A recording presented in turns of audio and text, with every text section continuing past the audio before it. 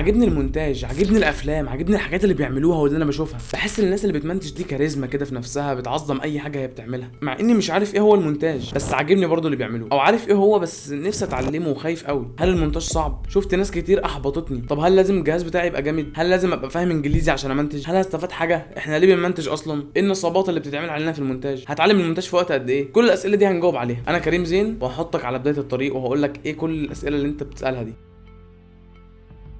طبعا الاسئله دي اي حد بيسالها في الاول، وعلى فكره كل اللي بيمنتج كان بيسال الاسئله دي، كل المبتدئين كانوا بيسالوا الاسئله دي، ولازم الاسئله دي تتسال في الاول. لو لما سالتش في الاول انت كده مش بتحب المونتاج. لو سالتها معنى كده انت بتحب المونتاج وعايز تفهم فيه فعلا. انت لو سالت نفسك في الحياه العمليه اي فيلم في العالم او اي مسلسل او اي عمل فني، هتلاحظ ان في احداث كتير ومشاهد كتير. المشاهد دي طبعا مثلا بتلاقي فجاه كان في لبنان وبعدين راح مصر، بعدين رجع تاني، بعدين في حاجات حصلت. طب هل هم بيقعدوا يودوه لبنان وبعدين يودوه مصر، بعدين يودوه لبنان، بعدين يصفروه كل الدول دي، بعدين يصوروا المشهد، بعدين يقلعوا ويقوموا لابسين في نفس الشوت، ولا بيصوروا ازاي؟ في الحقيقه ان المونتاج مش كده خالص. المونتاج بيوفر على الناس فلوس كتير جدا عشان يعملوا شغلهم او العمل الفني، عشان يركب المشاهد على بعض بالطريقه الصح. يعني مثلا في فيلم زي الممر ما ينفعش هم يكونوا في سينا ويروحوا يصوروا في سينا وفجاه المشهد اللي بعده مثلا في القاهره، فيقوموا مسافرين تاني القاهره عشان يصوروا مشهد وبعدين يوقفوا الكاميرا ويصوروا اللقطات. ده شغل متعب جدا، اكيد مش هيعملوا كده. فهم بيصوروا مشهد مثلا في القاهره وبعدين مشهد في سينا، مشهد في القاهره،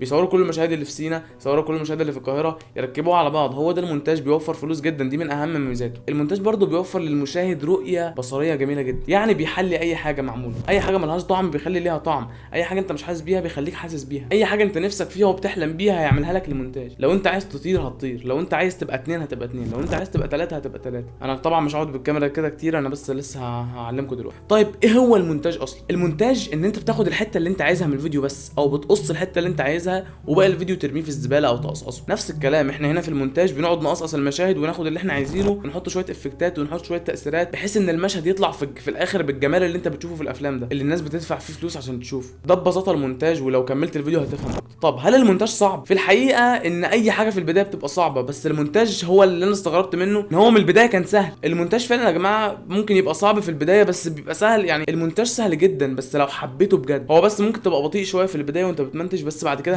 هتسرع شغلك. المونتاج اللي حلو اللي فيه ان هو بيحمسك، بتشوف فعلا حاجه ملموسه، بتشوف حاجه انت عملتها، مش زي البرمجه مثلا مش بتشوف حاجه من اول شهرين او كده، لا بالعكس المونتاج بتشوف من اول يوم وانت بتمنتج بتشوف النتيجه بتاعته. فالمونتاج مش صعب خالص يا جماعه، هتعرفوا ده بعدين. يعني مثلا ده فيديو من غير مونتاج دلوقتي هوريه لكم، وده فيديو بمونتاج. السلام عليكم.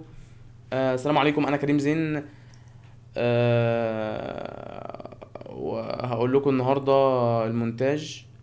السلام عليكم، انا كريم زين، هقول لكم النهارده المونتاج. شفت الفرق بين ده وده؟ شوف في فرق ازاي في الجمال. طب انا هستفاد ايه بالمونتاج؟ هل مثلا هجيب فلوس من المونتاج؟ انت هتستفاد كتير قوي بالمونتاج. على فكره المونتير مش بيشوف الفيلم، مش مجرد ان هو بيشوف الفيلم كده وخلاص، لا، رؤيه المونتير لاي فيلم هو بيتفرج عليه غير اي رؤيه اي حد. المونتير بيبقى قاعد يتفرج على الفيلم، ايه ده المشهد ده حصل ازاي، المشهد ده اتعمل ازاي، طب صوروا ايه الاول، طب عملوا ايه، متعه تانية. انت المونتير في حته وهو بيتفرج على فيلم، والناس التانية الطبيعيه اللي هي مش متعلمه مونتاج في حته تانية. بالعكس المونتير بيستمتع اكتر بالفيلم. انت حتى لو مش هتشتغل في المونتاج او حتى هتتعلم مونتاج بتحبه كده وخلاص، انت هتستمتع بكل حاجه في الفيلم بتشوفها. الاسئله اللي الناس بتسالها هو ايه الطلقه دي اترمت ازاي، او الفيديو ده اتقطع ازاي، انت هتبقى فاهم اصلا الاساسيات بتاعته. ده غير المتعه لو انت مثلا بتمنتج فيديوهات على يوتيوب زي، او انت مثلا عايز تضحك على اصحابك وتوريهم حاجه مثلا خدعه، غير المتعه اللي انت بتشوف نفسك فيها في الخيال اللي انت بتعمله في المونتاج. وطبعا المونتاج فيه شغل، لما تتقدم شويه في المستوى اكيد هتعرف تشتغل في المونتاج ان شاء الله، وربنا هيرزقك بشغل. لو دورت واجتهدت ربنا هيرزقك بشغل ان شاء الله. والمونتاج مجال مطلوب دلوقتي، وانصحك تبقى حابب المونتاج او حتى تجربه وتشوف هتحبه ولا لا، وما تدخلش في البدايه عشان الفلوس قوي، يعني ما تخليش الفلوس هي الدافع اللي انت تتعلم. خلي المونتاج هو او الحب المونتاج هو الدافع، لان الفلوس بتروح وتيجي، واللي بيجري ورا الفلوس مش بتجيله. ومش محتاج تتعلم انجليزي عشان المونتاج، مره تانية مش محتاج تتعلم انجليزي عشان المونتاج. طبعا المجالات دي بالانجليزي، بس انت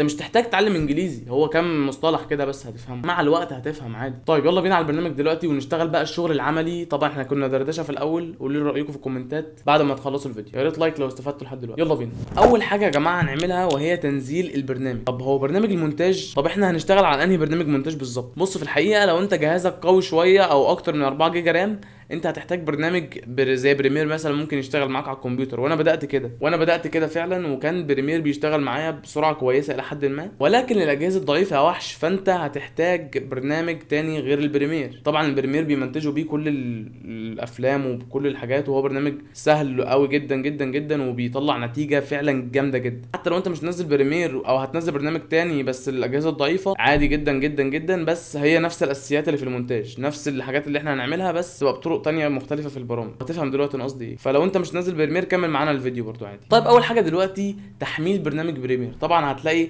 اللينك اللي هسيبه لك في الديسكريبشن، هتدوس عليه وتحمله عادي. طبعا ممكن تشتري البرنامج من شركه ادوبي، هو بعض الدولارات الخفيفه بس لو انت عايز تاخده مجانا فانا سايب لك اللينك تحت، هتتعلم عليه بس. وحتى لو نزلته هيديك تجربه مجانيه 7 ايام او 30 يوم. انا كده بفتح البرنامج يا جماعه، والبرنامج هيفتح معاك بنفس الطريقه. هيبقى بس ايه، بيقول لك معلومات عن الشركه من 1991 لحد دلوقتي. هنا لما تفتح البرنامج هو هيظهر معاك بالواجهه دي، ادوبي بريمير برو 2023. طبعا ده الاصدار بتاع البرنامج. اول ما تفتح البرنامج ممكن يظهر معاك دي. طب ايه هي دي؟ هنا في حاجه اسمها ريسنت. هيظهر معاك البروجكتات او المشاريع اللي انت عملتها قبل كده. طبعا لو انت اول مره تنزل برنامج او اول مره تستعمله، الحاجات دي مش تظهر معاك. هيظهر معاك بس كلمه نيو بروجكت، ان انت لو دوست عليها هتعمل بروجكت جديد، وكلمه اوبن بروجكت لو انت مثلا عامل مشروع قبل كده. طبعا انت هتدوس نيو بروجكت. ممكن برضو لو الزرار ده ما ظهرش معاك تيجي هنا على كلمه فايل وتدوس نيو، هتبقى مفتوحه عندك. طيب ايه هو اللي ظهر معايا ده؟ ايه الخضه اللي ظهرت معايا فجاه دي؟ طبعا انت لسه هنا بننشئ المشروع وبنسميه وبنحطه في المكان اللي احنا عايزينه في الكمبيوتر. هنا بيقول لك البروجكت نيم او اسم المشروع. انت مثلا عايز اسم المشروع بتاعك يبقى ايه؟ انا مثلا هقول له اسم المشروع مثلا تيست 1، ومثلا هحط مكان المشروع في اي حته انا عايزها. هدوس هنا على الحته دي. طبعا هو ادوبي بريمير برو 2023، فلو انت مثلا جهازك قديم شويه ممكن ما تنزلش الاصدار ده، تنزل اصدار مثلا 2015 2018 حلو. فممكن ما يظهرش معاك نفس الحاجات اللي ظاهره معايا، ولكن هتحدد العنوان، يعني هتحدد عنوان المشروع عادي. هي بتبقى حاجه بسيطه جدا، يعني اي حد هيعرف يفهمها.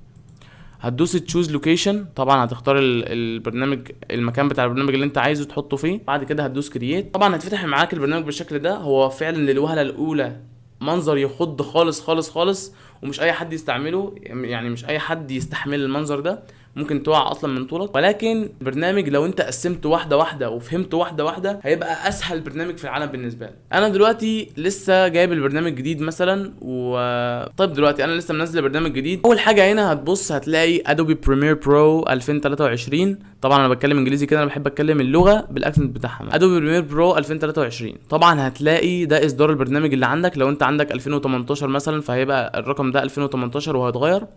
بعدها بيقول لك مكان المشروع، انا حاطه في الدي في العنوان ده.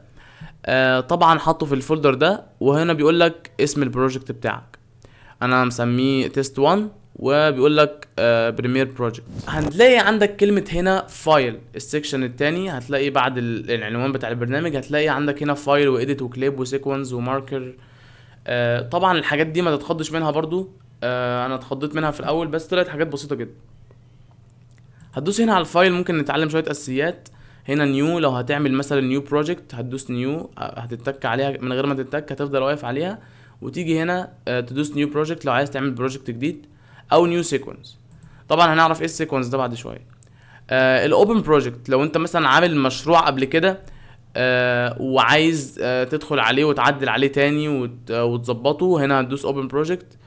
لو عايز تقفل البرنامج او تقفل المشروع، او هنا كلوز بروجكت برضو. هنا لو عايز تسيف، هنا برضو لو عايز يعني في حاجات كتير فيها هنبقى نشرحها بعدين. طبعا الويندو ده هنجيلها بعدين عشان تفهمها اكتر. دلوقتي عندنا اللي هنشرحه بعد كده هو السكشن ده. عايزين بقى نشرح السكشن ده. طبعا ما تخضش واسلوبي يضحك شويه، عايزك بس تركز معايا، والله انا عايز احببك في المونتاج زي ما انا بحبه بالظبط. دلوقتي عندنا اسم البروجكت بتاعنا ده اول سكشن. لو لقيته مش ظاهر عندك هتيجي هنا على ويندو. الويندو دي برضو بتظهر كل حاجه، كل النوافذ اللي انت هتحتاجها. هتيجي على ويندو هنا، لو لقيت الكلمه دي مش ظاهره معاك هتدوس هنا ايه، هتنزل على كلمه بروجكتس وتظهرها. طبعا هي ظاهره عندي تيست 1. طبعا بيقول لك بروجكت وتيست 1. هنا هيقول لك اسم البروجكت اللي انت شغال فيه، لان طبعا انت ممكن ما تبقاش عارف انت شغال على انهي بروجكت، فهتشوف هنا اسم البروجكت بتاعك.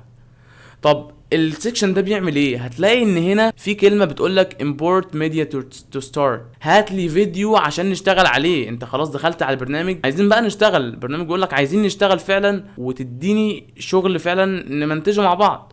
فهنا هتتك عليها كليكتين كده. فمثلا هاجي على الفيديو ده، هدوس. طبعا انا جيت على الفيديو ده عملت كده ودوست اوبن، او ممكن اتك عليه مرتين. طبعا انا جبته مره فخلاص همسحه. لو تلاحظ هنا هيظهر لك اسم الفيديو بالشكل ده بالطريقه دي، وهيظهر لك برضو وقت الفيديو 1920 في 1080. هيظهر لك وقت الفيديو، هيظهر لك الهيرتز بتاعته. الحاجات دي بتعمل ايه؟ هو هنا مثلا ممكن يقول لك ليست فيو. هو ممكن مثلا تظهر الفيديوهات على شكل كده لو انت عندك فيديوهات كتير جدا جدا، ومثلا عايز تظهرها، مش عايز تظهر الصوره بتاعتها، عايز تظهر بس الليست فيو. طبعا هنا ممكن تكبر الفيديو، تصغره، فاهم؟ هنا بص اهو بالسهم ده كده، ده الليست فيو. طبعا على حسب مريحه للعين، في ناس بتحبها كده وفي ناس مش بتحبها كده.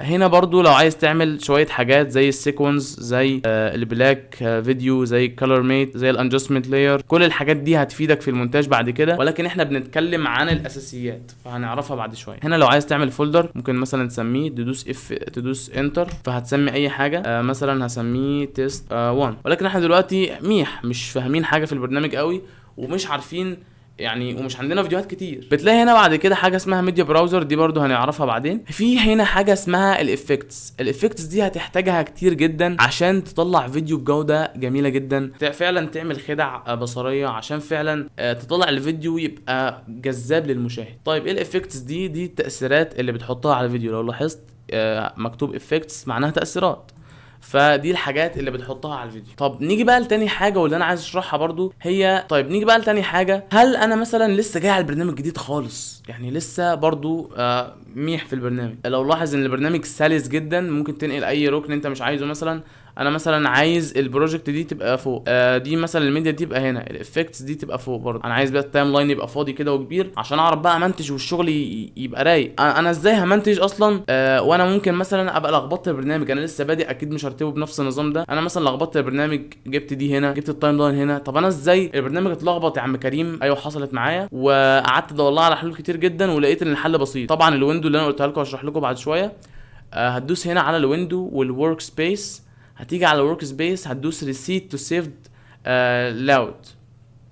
يعني ايه؟ يعني ترجع البرنامج زي اصل. فهندوس هنا اهو. طبعا الليرن دي ممكن ندوس كلوز بانل، مش عايزينها دلوقتي. ترجع البرنامج زي اصله، هيرجع لك فعلا نفس البرنامج زي ما كان وبنفس الطريقه. هنا ممكن مثلا ايه، بص تعلي تمسك كده من هنا من الطرف، تكبر اي حته انت عايزها، تصغر اي حته انت عايزها. تمام. دلوقتي التايم لاين ده عايزين نشرحه. طبعا هو دلوقتي التايم لاين نو سيكونس، ما فيهوش اي مشروع. التايم لاين عباره عن حاجه انت بتمنتج فيها، هو اللي بيحصل فيه كل الشغل الداخلي بتاع المشروع. طب دلوقتي التايم لاين بيقول لك انا ما عنديش اي وقت، يعني خلاص كله صفر صفر صفر، انا ما عنديش حاجه. ولو تلاحظ هنا بيقول لك دروب ميديا هير تو كرييت سيكونس. عايزين بقى نشتغل، حط بقى اي فيديو هنا عشان برضو نعمل كده مشروع ومشروع حلو كده. هنعمل ايه دلوقتي؟ انا مخطط دلوقتي الفيديو وعايز امنتجه فعلا واقصقص شويه حاجات منه.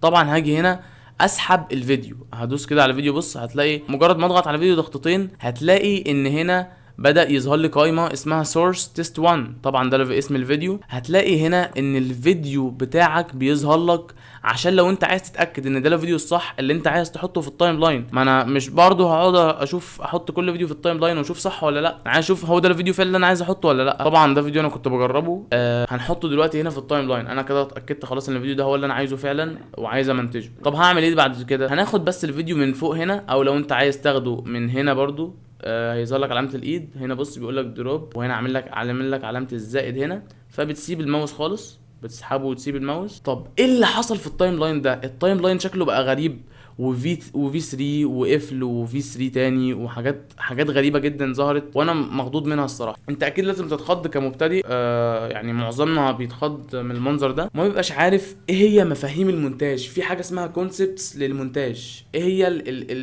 الحاجات المفاهيم اللي بيعتمد عليها المونتاج. هتلاقي ان الفيديو ده طبعا البتاع اللي شبه العصايه دي هي اللي بتمشي الثواني اللي في الفيديو، او بمعنى اصح الفريمز. ايه هو مصطلح الفريمز في الافتر افكت او في البريمير او في اي برنامج مونتاج عامه او في اي برنامج انيميشن عامه؟ طب ايه هو الفريم؟ لو تلاحظ اي فيديو في العالم الانيميشن اول ما بدا زي توم وجيري كانوا بيرسموا كل جزء من الثانيه. يعني دلوقتي مثلا انا الفيديو ده عباره بالظبط، يعني عبارة عن صورة جنب صورة جنب صورة جنب صورة جنب صورة، كونوا فيديو كامل. انت متخيل؟ يعني بص انا دلوقتي هحرك اهو، ده فريم، دي صورة دي صورة دي صورة دي صورة.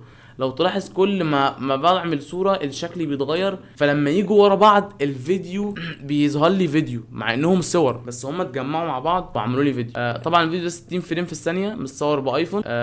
طبعا لو شفت هنا هتلاقي ده الفريم، ده الفريم، ودي الثواني او السكندز، ودي الاورز، ودي الايام. طب ايه الفرق بين 60 فريم و24 فريم؟ الفرق ان الثانيه الواحده في الفيديو يبقى فيها 60 صوره مثلا، او الثانيه الواحده في الفيديو يبقى فيها 24 صوره، على حسب السلاسه بتاعت الفيديو، على حسب اللي انت عايزه. انت مش مهم عندك دلوقتي الفريمات، ما تركزش فيها، المهم بس ان انت تعرف ان الفيديو عباره عن صور متتاليه ورا بعضها. زي مثلا توم جيري لما كانوا بيعملوه كانوا بيرسموا كل ثانيه في توم جيري. ده اسلوب انيميشن بنسميه الفريم باي فريم انيميشن. انا متضايق من الانجليزي بتاعي قوي بس ماشي. الفريم باي فريم انيميشن. هو انا دلوقتي عرفت التايم لاين وهو عباره عن ايه، وانا هوريك دلوقتي برضو ازاي تمنتج عليه. بس هو ايه اللي ظهر عندي ده؟ اللي اشمعنى الفيديو ظهر هنا؟ طبعا الحاجه دي هي اللي انت العمل اللي بيظهر لك دي بقى اللي انت بتستمتع بيها فعلا. يعني التايم لاين او الخط الزمني ده انت بتقعد تلعب فيه، تقص الحته اللي انت عايزها. ده الشغل العمل اللي انت عملته في الايه في البرنامج. طبعا تلاحظ ان الفيديو سلس عشان 60 صوره في الثانيه او 60 فريم في الثانيه. طبعا انا بقعد اتفرج على الفيديو مثلا شويه في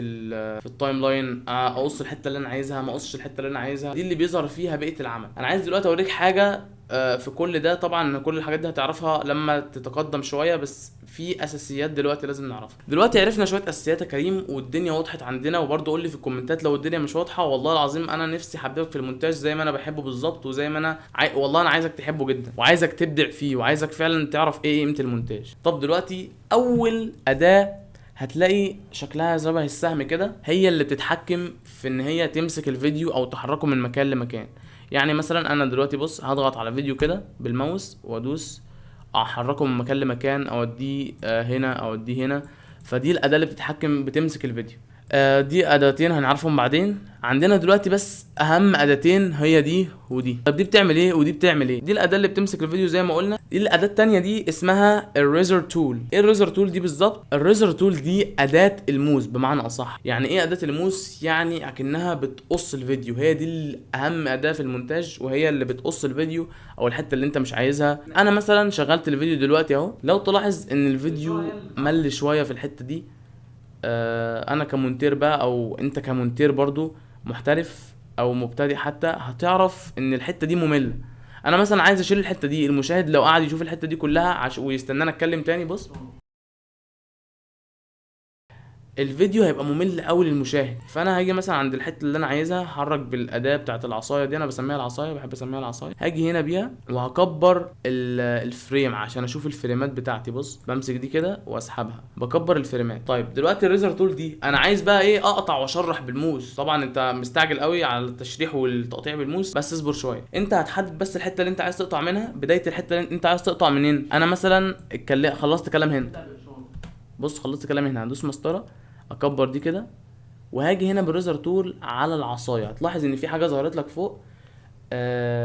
ده معناها ان انت في المكان الصح فعلا اللي الريزر تول هتقطع فيه. هتدوس بالماوس هتلاحظ ان ده فيديو وده بقى فيديو، الاتنين منفصلين عن بعض. يعني دلوقتي انت تقدر تحذف ده وتقدر تحرك ده براحتك خالص خالص خالص. طبعا الاختصار بتاع الاداه ممكن تدوس على حرف السي من الكيبورد هتلاقيها. طبعا طب الاداه دي فادتني في ايه؟ انا دلوقتي حددت البدايه، حدد النهايه ازاي؟ نفس الكلام، ده ذكاء فعلا. نفس الكلام هترجي هنا مثلا على الحته اللي انت عايز تنهيها. انت مثلا هتحذف كل الحته اللي انت بتتكلمش فيها دي مثلا. بص المشاهد مش مالوش نفسي يشوفها. انا بص همسحها، احددها كده اهو. كليك يمين وادوس كلير. ايه ده؟ معنى كده ان انا ممكن امسح الحته دي؟ ايوه طبعا، ما انت يعني برنامج مونتاج بديهيات. طب هدوس كليك يمين دلوقتي، ممكن اخد مثلا الحته دي كوبي. ايه ده؟ هو ده الحته دي بقت فيديو لوحدها. انا دلوقتي قسمت الفيديو الرئيسي بتاعي ل3 حتت و3 فيديوهات، فدلوقتي اقدر اتحكم في اي واحده فيهم واقدر اعمل اي حاجه فيها واقدر اعمل اي تعديلات فيها. طب انا ممكن اخدها كوبي، ممكن تاخدها كوبي، ممكن تاخدها كات، ممكن تاخدها كات. طب انا مش عايز كل شويه اجي ادوس كليك يمين وكلير، طب ده شغل تعبان. هنا ممكن ادوس ديليت على طول من الكيبورد واجي هنا عند المسافه بين الفيديوهين دي، عشان فعلا المسافه دي لو ما مسحتهاش لاحظ ايه الفرق اهو، ظهرت حاجه سودا. طبعا البريمير اصله او التايم لاين اصله بيظهر حاجه سودا، فانا همسح الحته دي، ادوس برده على المسافه وادوس ديليت. بص الاشاره، شفت الفيديو بقى محمس للمشاهد اكتر واكتر. بص الاشاره هي المشاهد مش محتاج يشوف الحته اللي انت ما بتتكلمش فيها، الاشاره هي اللي تعرف. شفت؟ لاحظ ان الفيديو بقى احسن شويه عن الاول في حته ان هو الملل والحاجات دي. طب يا عم كريم انت والله على راسنا من فوق، بس انا برضو هقعد ادوس كليك يمين. يعني تخيل مثلا انا الفيديو بتاعي طويل، هقعد ادوس كل شويه ادوس على واحدد ديليت وادوس على المسافه واحدد ديليت. طب يا عم انا ريحتك من كل ده. انت هتيجي هنا تحدد الفيديو وتدوس شيفت ديليت، هيمسح لك المسافه مع الفيديو. بجد والله يعني المونتاج سهل للدرجه دي؟ والله العظيم سهل، بس انت اللي شايفه صعب اهو. الاشاره هي اللي بتعرف المخ ان هو محتاج يعمل حاجه اهو. بص هنقطع برضو الحته دي، انت كده خلاص فهمت، انت بقيت احرف مني. بالريزر تول نيجي هنا، لو عايز تكبر براحتك. نيجي هنا بالريزر تول برضو. اظن ان انت فهمت قوي وفهمت سهوله المونتاج وما تخضش من البرنامج قوي. هنيجي هنا بالريزر تول برضو نحدد. ايه ده؟ لا انت هتدوس كلير ولا ايه؟ تعمل كلير؟ طب انا ممكن اعمل له كوبي، ممكن اعمل له كات، ممكن، بس انا عايز امسحه دلوقتي، انا مش عايز اعمل له كلير ولا كوبي يعني انا مش عايز اعمل له كوبي او كات، انا هاجي امسحه. فكريم قال لي هتدوس شيفت ديليت وهيتمسح. لاحظ ان الفيديو بقى احسن بكتير جدا من الاول والملل اختفى. بص انا دلوقتي قلت ايه بص انا هاجي هنا مثلا كده، هاجي مثلا بالريزل تول هدوس على سي من حرف من الكيبورد، همسح كلمه ال بس اهي اهو الكتاب، عايز كلمه الكتاب بس. من هنا ادوس شيفت ديليت برضو نفس الكلام اهو. لاحظ ان الحته دي طبعا، لاحظ ان الفيديو بجد ما بقاش فيه ملل كتير للمشاهد، المشاهد بقى مش ملان. طبعا ممكن اجي هنا على الفيديو واجي اكبره واصغره واعمل فيه اي تاثير انا عايزه واظبط الوانه بشكل منفصل عن الباقيين، مش هتاثر على الباقيين طبعا.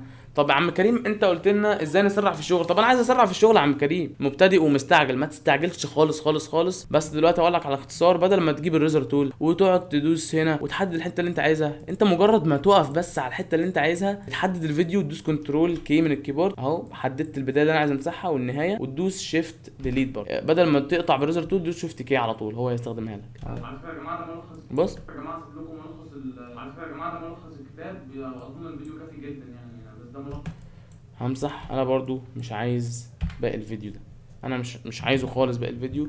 او بص ممكن اخد حته صغيره منه بس في الاخر وانا بقول سلام مثلا. انا دلوقتي خلصت الفيديو. لاحظ ان الفيديو الوقت بتاعه دلوقتي 0 عشان انا في الاول خالص في التايم لاين كل ما اقدم بص بيقدم اهو بقى في الثانيه 6 و2 فريم. هنا طبعا بيقول لي وقت الفيديو الكلي 14 ثانيه. الله المونتاج طلع جميل للدرجه دي. ايوه طبعا المونتاج جميل للدرجه دي، ده غير دي الاساسيات. انت لما تشوف انت هتعمل ايه بالمونتاج بعد كده هتتخض والله من مستواك بجد. طيب يا عم كريم انت دلوقتي علمتنا يا جدعان مين انا بقيت مهم فجاه ليه كده؟ طيب يا جماعه انتوا دلوقتي عرفتوا التقطيع، شويه حاجات كده في المونتاج اللي هي الاساسيات بالظبط. طبعا هنا بص اول ما تعمل هيظهر لك الصوت هنا بيطلع وينزل اهو. في حاجه عايزين نعرفها دلوقتي وهي اداه التكست، اداه التي. ممكن ما تلاقيهاش عندك في اصدارات قديمه، ممكن تيجي هنا مثلا في الفايل وتكتب نيو تكست او حاجه، او هنا مش تلاقيها عندك في اصدارات قديمه كتير، او مش هتلاقي حتى بيكتب بالعربي عندك. ممكن تحل المشكله دي او هنعمل لها فيديو. هتدوس مثلا هنا بتسحب الاداه كده، يبقى مش تدوس على حاجه، انت هتدوس بس ايه في المكان اللي انت عايزه. تكتب مثلا I love you. طب I love you دي بقى انا عايز احركها، ما ده اللي بيتحرك اهي. بص دي الاداه اللي بتحرك. انا مثلا عايز احط I love you دي فوق. ايه ده؟ هي ليه اتحطت فوق؟ هي مش كل الفيديوهات بتتحط هنا. ده بقى اللي انا عايز اقوله لك دلوقتي واللي انا عايز اوصله لك. مونتاج عباره عن طبقات او تراكات او لايرز. اللايرز دي بتبقى فوق بعضها. يعني انا مثلا دلوقتي ده لاير وده لاير وده لاير وده لاير. طبعا بيبقى فيه طبقات للصوت وطبقات للحاجات المرئيه او الفيديوز. يعني عايز توضح لنا ايه؟ انا عايز اوضح لك ان اللاير بتاع التكست ده او بتاع النص فوق الفيديو، فهو ظاهر فوق الفيديو. يعني ايه ده؟ معنى كده ان هو يظهر على وشي. بص بقى فوق وشي. يعني قصدك ان الطبقه دي مغطيه على الطبقه دي؟ ايوه قصدي ان الطبقه دي مغطيه على الطبقه دي. طب قصدك ان انا لو جيت مثلا، طبعا ممكن تسحب بالاداه دي وتصغر كده المساحه شويه. قصدك ان انا لو جيت دلوقتي ورفعت، مسكت الفيديو ده ورفعت الطبقه بتاعت الصوره على التكست مش هيبان؟ ايوه طبعا مش هيبان. ليه؟ لان الطبقه بتاعت الفيديو على التكست. انا دلوقتي عايز اصغر الفيديو ده، بص التكست ظاهر وراه، والتكست ظاهر وراه ليه ومش ظاهر كده؟ عشان التكست في الطبقه اللي وراه. معنى كده ان في طبقات للمونتاج زي ايه طبقات. طبعا الحاجات دي تبان بديهيه بس في ناس مش عارفاها. ماشي، انا دلوقتي هصغر اهو، بص باين وراه. انا دلوقتي هكبر الفيديو وارجعه زي ما كان. ماشي، واحط بقى الطبقه دي زي ما كانت. انا كده فهمتك فكره الليارات واللايرز، واللايرز دي بتعمل ايه في المونتاج. بقول لك ايه يا كريم، انا عايز بقى ايه، احط شويه حبشتكنات كده في الفيديو بالمعنى البلدي. يعني احط موسيقى، احط اغنيه. انا عايز برضو اعمل حلقات على الانستجرام برضو واتس وكده، واتشيك قدام البنات وايه، واوري اصحابي ان انا جامد ومفيش مني اتنين. طيب دلوقتي هنجيب الموسيقى ازاي؟ لو انت كنت مركز معايا هتعرف ان احنا برضو هندوس هنا 2 كليك، هندوس هنا كليكين، وتجيب بقى الموسيقى من اي حته في الكمبيوتر بتاعك انت منزلها مثلا. فانا هختار مثلا الموسيقى وهسحبها احطها. طبعا مش هحطها هنا، ما ينفعش احطها فوق، دي بتاعت اللي تحت هي اللي بتاعت الصوت، فهحطها هنا. طب بص، لو تلاحظ ان الموسيقى طويله جدا، اطول من الفيديو اللي انا بعمله. لو صغرت كده هتلاقي بص ان الموسيقى طويله جدا، وحتى وقت الفيديو اتغير بقى 3 دقايق و9 ثواني. فوقت الفيديو بقى كبير. بص لما الفيديو يخلص اللي هيحصل، طبعا انت عارف هتعمل ايه. هتدوس برضو على السي والريزر تول وهتحدد من هنا. يا اما تيجي مثلا تيجي هنا كده. طبعا دي السهوله. ممكن مثلا تيجي هنا مثلا تقطع من هنا، تختار الحته اللي انت عايزها في الموسيقى. طبعا هتقلل الموسيقى، تيجي هنا على الافكت كنترولز. لو مش عندك هتيجي هنا، هتيجي هنا على الافكت كنترولز وتدوس وتحددها من الويندو. هتيجي على الليفلز تدوس على علامه الساعه دي، كانت هتبقى زرقاء، هتدوس عليها. ماشي، هتيجي هنا هتلاحظ لك سهم تسحب، تدوس بالماوس وتسحب لتحت. مثلا انا هخليها سالب 22، ده كويس. وبيقول الكاتب ان اي حاجه احنا بنعملها او اي حاجه لاحظ ان الموسيقى ظاهره معايا. الاشاره هي اللي بتعرف المخ ان هو محتاج يعمل حاجه. وعلى فكره يا جماعه صدقوا ملخص على فكره يا جماعه ده ملخص الكتاب. لاحظ ان مود الفيديو ذات نفسه اتغير من الموسيقى. شفت المونتاج بيعمل ايه؟ المونتاج بيغير، بيخلي الحاجات اللي ملهاش قيمه ليها قيمه. عشان كده بيقولوا على السينما نصب. فعلا السينما نصب. يعني الممثل بيقعد يضرب واكشن وانت فاكر ان هو جامد بقى وعنتيل مفيش منه اتنين. سواء في الواقع بيصور لكمه لوحدها، وبعدين ركله لوحدها، بعدين البوكس ده لوحده، ويركبوا كل ده على بعض ويصنعوا منه شخصيه فعلا، ويصنعوا منه بطل. فانت لو عايز تصنع من اي حد بطل منتج له فيديوهات. انا دلوقتي يا كريم بص اتعلمت اساسيات المونتاج. طبعا الاساسيات دي بتتعلمها بسرعه. وبالنسبه للناس اللي كانت بتقول هتعلم مونتاج في قد ايه، انت هتعلم مونتاج على حسب ما انت بتعمل فيديوهات كتير ولا لا، انت بتطبق على اللي انت اتعلمته ده كتير ولا لا، بتعمل مونتاج بتعمل فيديو واثنين وثلاثه ولا لا، ازاي بقى، انت بتصور فيديوهات وبتمنتجها ولا لا، بتجيب فيديوهات من على النت وتمنتجها ولا لا، انت شايف مهاراتك عامله ازاي. هات فيديوهات ناس كده واعمل زيها. فيديوهات ناس مبتدئه، بعد كده طور شويه فيديوهات ناس متقدمه. شوف اتفرج على قنوات مونتاج، شوف ده عملها ازاي، الخدعه دي اتعملت ازاي، خدعه مثلا ضرب النار، خدعه التوأم دي اتعملت ازاي. هتشوف اتعملت ازاي وفعلا تفكر فيها وتصور زيها وتقلده. لو الامكانيات مش متوفره عندك، شوف اي خدعه تانية وصورها بطريقه معينه وشوف هتتعمل ازاي واعملها. ما تغلبش، مفيش حاجه اسمها استسلام في اي حلم انت عايزه. عشان قاموس النجاح ما فيهوش كلمه اسمها استسلام او انا خلاص مش قادر او احباط. الفشل مش ان انت تقع يعني كل الناس بتقع وبتغلط. الفشل ان انت تقع وتسيب نفسك واقع. انا عايزك تغلط. ما هو لازم تغلط عشان تتعلم. في المونتاج بالذات هتقعد تغلط وتشوف غلطات وتحط الموسيقى وتشوف الموسيقى دي احسن ولا لا. طب يا كريم انت ما طلعتناش بنفس النتيجه برضو، يعني فين النتيجه الحلوه اللي انت طلعت لنا بيها؟ انت بنشوف فيديوهاتك مثلا فيها افكتات او فيديوهات ناس تانية او افلام. طبعا دي الاساسيات يا جماعه، دي الاساسيات، واصبروا بجد. هتتعلموا بعد كده الافكتس لوحدكم، حتى لو مش انا اللي هعلمها لكم، بس هتتعلموها من ناس تانية. انتوا كده عرفتوا الاساسيات، بس هتتعلموا الافكتس لوحدكم، هتتعلموا حاجات كتير قوي. طب كريم انا دلوقتي منتجت الفيديو خلاص ومتحمس قوي اوريه للناس، طب هعمل ايه؟ هفتح لهم البرنامج على التليفون؟ طبعا بعد ما تعبت في المونتاج لازم ترندر الفيديو وتوريهم الصوره النهائيه بقى بتاعته. دوس هنا كنترول ام، او تيجي من فايل وتيجي هنا على اكسبورت وتدوس على ميديا. طبعا هي لو دوست كنترول ام هتظهر لك، ودي برده هتظهر لك. تمام. هو هنا الرندر دي هي عمليه تحرير الفيديو، او انت خلاص منتجت الفيديو وعايز بقى ايه توريه للناس او تحفظه في حته معينه عندك على الجهاز. هنا بيقول لك الفايل نيم او اسم المشروع بتاعك، اسم بس الفيديو بتاعك. انا مثلا هسميه تيست 1، هو برده مسميهولي عادي تيست 1 I love you، اي حاجه. بس هتدوس هنا بيقول لك اللوكيشن هتحفظه في انهي حته. انا هحفظه في المكان ده مثلا، وليكن دي ممكن نخليها زي ما هي بس دلوقتي، وبرده دول خليهم زي ما هم هنعرفهم بعدين. ماشي. هتلاقي حاجه هنا عندك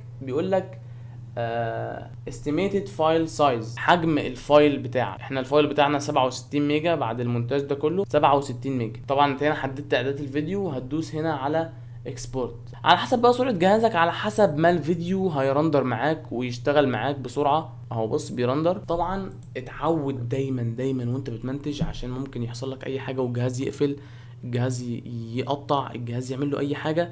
دايما كل ما تعمل اي حاجه تدوس كنترول اس تسيف البروجكت، عشان بحيث ان انت لو خرجت تاني ورجعت للبروجكت هتلاقيه زي ما هو فعلا على حسب اخر مره انت دوست فيها كنترول اس او سيفت الفيديو، عشان لو حصل اي مشكله بعد الريندر انت مش عاجبك حاجه تروح تعدلها. ما تعملش الفيديو كله مره واحده، او مثلا انت فيديو بتعمله في يومين 3 ايام، لازم تدوس كنترول اس وتسيف البروجكت.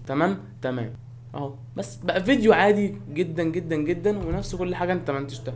بس كده. انا كنت عملت فيديو قبل كده برضو ازاي اتعلم المونتاج وحكايتي مع المونتاج وقصتي مع المونتاج، لو عايز تشوفه. بس انا بنصحك بس اخر نصيحه، ما تستسلمش خالص، والمونتاج سهل جدا. واتعلم مش مني بس، اتعلم من ناس تانية، ناس زي مصطفى مكرم، ناس زي فيلم ميكر عمر، ناس زي عمرو عطله، هتعلمك فعلا المونتاج اساسياته. انت كده اتعلمت الاساسيات. شوف بقى خدع بتتعمل ازاي، الصوت ازاي تظبط الصوت، ازاي تظبط الالوان، ازاي ايه هي الافكتس، وازاي تظبط الافكتس كنترول، ازاي تكبر الفيديو، ازاي تصغر الفيديو، ايه هي الكي فريم. مصطلحات كتير سهله جدا وبتبان اللي هو الاولى صعبه زي ما انت شفت، وبس هي في الاخر سهله. يا رب يجعله في ميزان حسناتنا كلنا. وان شاء الله والله نفسي اشوف حد منكم بس كاتب لي مثلا بعد سنه ولا حاجه انا اشتغلت بسبب الفيديو بتاعك في المونتاج وبقى مصدر دخل ليا، ودي حاجه تفرحني جدا والله. ويا رب يرزقكم كلكم، والله احنا بنستفاد من بعض، واللي عنده علم لازم يديه للناس، عشان هي الحاجه اللي فضلنا بعد ما نموت. ولو عجبك الفيديو اعمل لايك، ولو ما عجبكش معلش اعمل ديسلايك. ولو وصلت لحد الفيديو هنا اكتب لي في الكومنتات النجاح ما يعرفش الاستسلام، وهعرف ان انت وصلت لهنا. عايز اعرف مين اللي وصل معايا لحد هنا يا جماعه. شكرا يا جماعه جدا، بشكركم، سلام.